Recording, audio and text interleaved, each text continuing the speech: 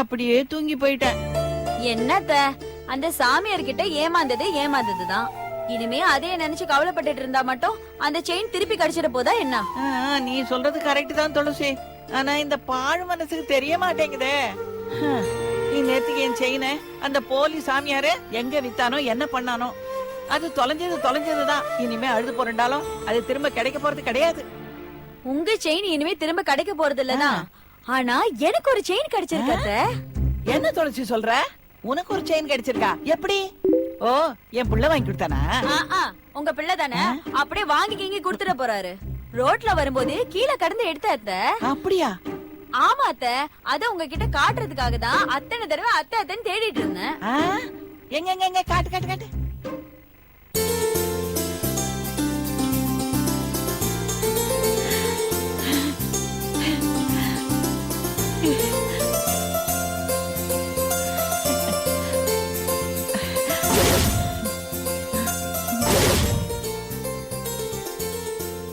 எப்படி இருக்காத்த?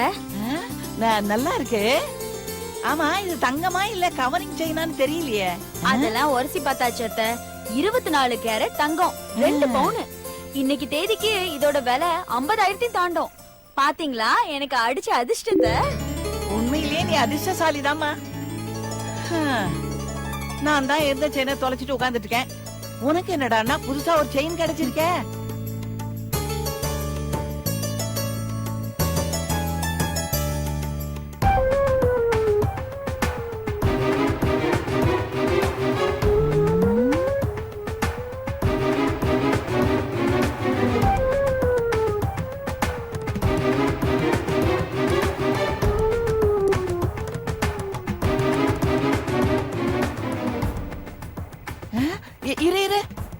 இது என்னுடைய செயின் மாதிரியே இருக்கே.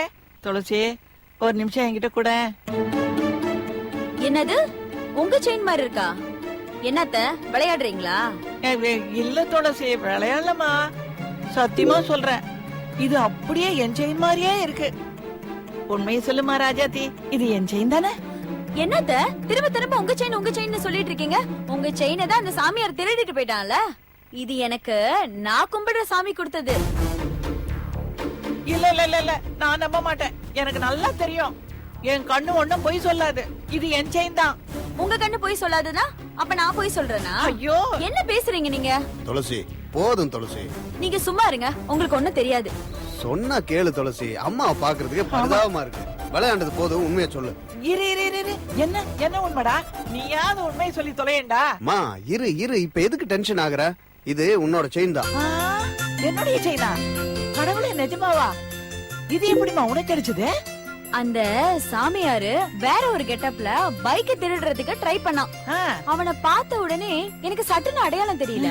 ஆனா எங்கேயோ பார்த்த முகம் மாதிரி இருக்கேன்னு யோசிச்சேன். அப்பதான் பளிச்சுன்னு ஒரு பிளாஷ்.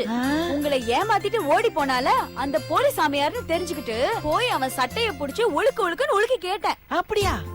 நீ கேட்டத குடுத்துட்டானா அந்த திருட? நல்லா குடுப்பானே. உன் மருமக அவங்கிட்ட வாயால மட்டும் கேட்கல, கையாலையும் காலாலையும் மாத்தி இல்ல கேட்டா. அடி தாங்க முடியாம அரண்டு போய் குடுத்துட்டான். அப்படிதான் இருக்கணும். என் மருமகன்னா என் மருமகளே தான். என் ராசாதி சாமர்த்தியம் வேற யாருக்காவது வருமா? அப்புறம் உன் மருமக அவனை அடிச்சு அடிய பாத்துட்டு நானே பயந்து போயிட்டேன்னு பாத்துக்க. துளசிக்குள்ள இப்படி ஒரு அதிரடி விஜயசாந்தி இருப்பான்னு நானே கொஞ்சம் கூட எதிர்பார்க்கல. இனிமே துளசி கிட்ட சண்டை வளர்க்குற வேலையெல்லாம் வச்சுக்காத, ஜாகிரதையா இருந்துக்கோ. நீ ஒத்தண்டா, நான் எதுக்குடா என் கண்மணி கிட்ட போய் சண்டை எல்லாம் போட போறேன்? நான் பேருக்கு தாண்டா மகாலட்சுமி. ஆனா துளசி உண்மையிலேயே இந்த வீட்டோட மகாலட்சுமிடா. ஆமா துளசி, அந்த செயினை கொஞ்சம் என் கையில கொடுமா.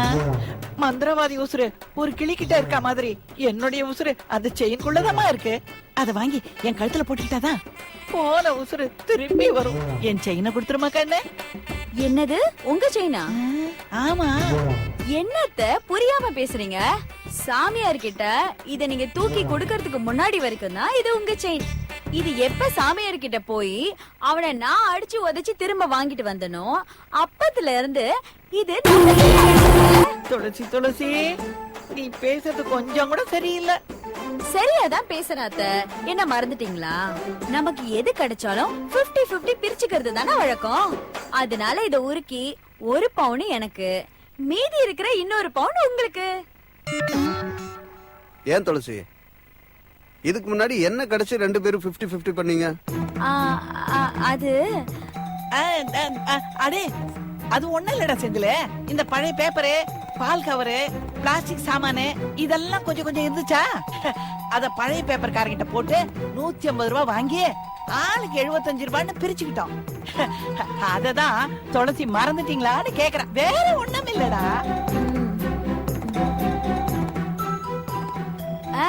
ஆமாங்க, அதுதான் நானும் சொன்னேன்.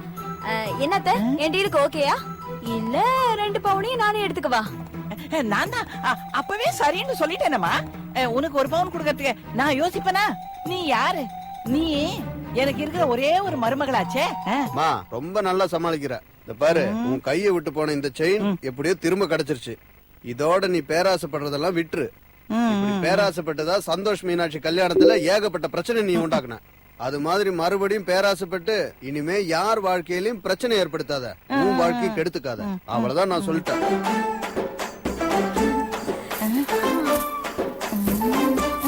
வரத பாதி உசுறு அங்க போகுது, மீதி உசுறு இங்க ஒட்டிட்டு இருக்கு. நான் என்ன பண்ணுவேன்?